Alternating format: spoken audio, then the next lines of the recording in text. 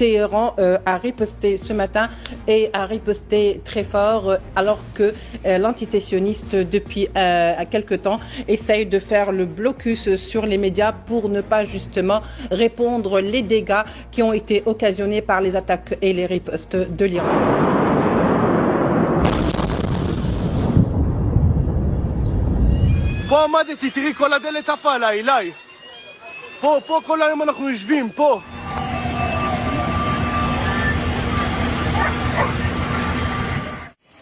Les scènes apocalyptiques que vous voyez ont eu lieu à Tel Aviv, dans les territoires palestiniens occupés. Des sirènes qui ne cessent de retentir et une population qui s'entasse dans les abris souterrains. L'expression de la légitime défense iranienne plonge l'entité sioniste dans un état de sidération. Un véritable traumatisme dû à la 14e salve de frappes lancées par l'Iran en riposte à l'agression sioniste. Des frappes qualitatives opérées par l'armée iranienne qui a utilisé des missiles de pointe selon l'agence Fars. La balistique iranienne continue de déjouer le dispositif de défense aérienne sioniste. La police sioniste a fait état de plusieurs impacts après des tirs de missiles iraniens ayant provoqué de violentes explosions à Tel Aviv et Al-Quds occupés. Il s'agit pour le moment de la riposte iranienne la plus dure subie par l'entité sioniste depuis le début de son agression. Une opération qui s'est poursuivie tout au long de la journée, s'étendant à d'autres zones des territoires palestiniens occupés à l'image de Haïfa.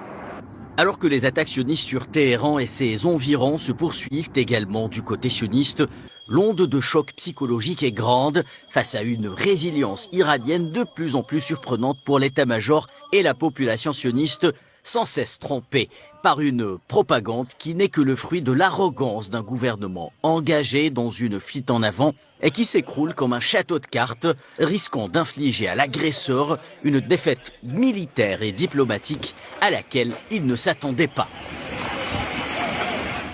Bien sûr, Téhéran aujourd'hui parle de frappe chirurgicale et surtout de légitime défense maîtrisée. Cette salve d'il y a une heure, en plus de celle de ce matin qui a été très dure et qui a touché des sites névralgiques stratégiques, notamment dans 3 régions particulièrement, dans le Grand Tel Aviv, oui, dans la région de Haïfa qui est le cœur économique et qui est vraiment, si vous voulez, le centre névralgique de l'économie sioniste, et aussi Berseba ou Beersheba dans le sud, dans le Negev occupé, qui est, elle, la région qui abrite notamment Daimona, la centrale nucléaire, mais aussi d'autres grands centres, oui, militaires, à la fois de l'industrie militaire mais aussi du renseignement. D'ailleurs, la cible qui a été frappée est une cible liée au renseignement sioniste qui a occasionné ensuite, parlons de choc, si vous voulez, des dégâts dans un hôpital militaire qui abritait d'ailleurs des soldats qui étaient impliqués dans le génocide qui continue toujours sur la bande de Gaza. Et donc on remarque que la stratégie d'usure iranienne marche pour le moment, déjà en épuisant, comme l'a dit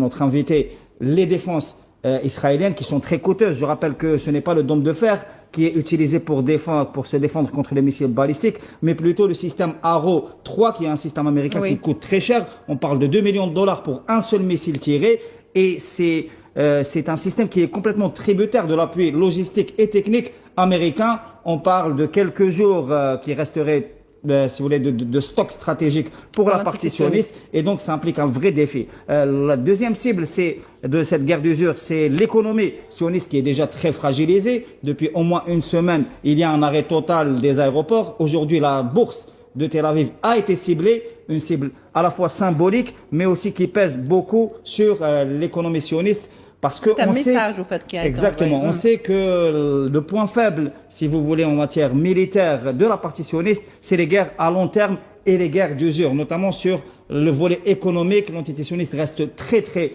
dépendante de l'extérieur et reste aussi très dépendante notamment du secteur, par exemple, des hautes technologies, qui aussi a été ciblé. On parle de plusieurs cibles qui ont été atteintes, liées au complexe militaire-industriel et au complexe high-tech et technologique sioniste, ce qui fait très très mal. Où les désintérêts sont tellement énormes, les enjeux sont tellement catastrophiques que ce serait complètement suicidaire que de continuer cette guerre, et surtout pour les Américains, de s'engager dans cette guerre et de soutenir Netanyahou dans sa folie absolue.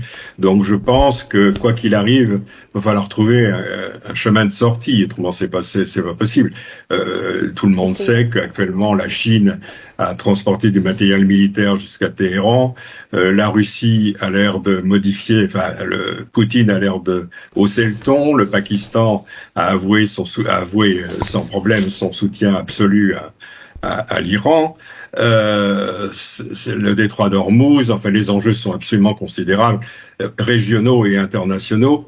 Donc je ne vois pas comment on pourrait, Trump, qui d'ailleurs a l'air de mettre un petit peu d'eau dans son vin, mais il est tellement versatile qu'on ne sait pas très bien ce qui va se passer, personnellement, j'imagine pas une folie pareille. Je savais, je l'ai même écrit dans la presse algérienne, je suis pas devin, mais je savais que les Iraniens, dans un premier temps, allaient expédier leur fond de tiroir, des drones hors d'âge, des vieux missiles, de telle manière que le dôme de fer use de nombreux missiles pour abattre en fait des cibles qui n'en valaient pas la peine. Et qu'une fois que le dôme de fer sera un petit peu fatigué, ou du moins même à court de munitions, nous dit-on, là ils enverraient des missiles beaucoup plus puissants, voire missiles hypersoniques. Et c'est ce qui est en train de se passer là maintenant. Je veux dire, le champ est complètement ouvert pour les tirs iraniens. Point capital, c'est la façon dont les Iraniens parviennent à atteindre Israël avec, j'allais dire, une relative facilité. Donc c'est une défaite considérable psychologique et militaire pour Netanyahou. Je pense que Trump ne peut pas le suivre sur ce terrain-là.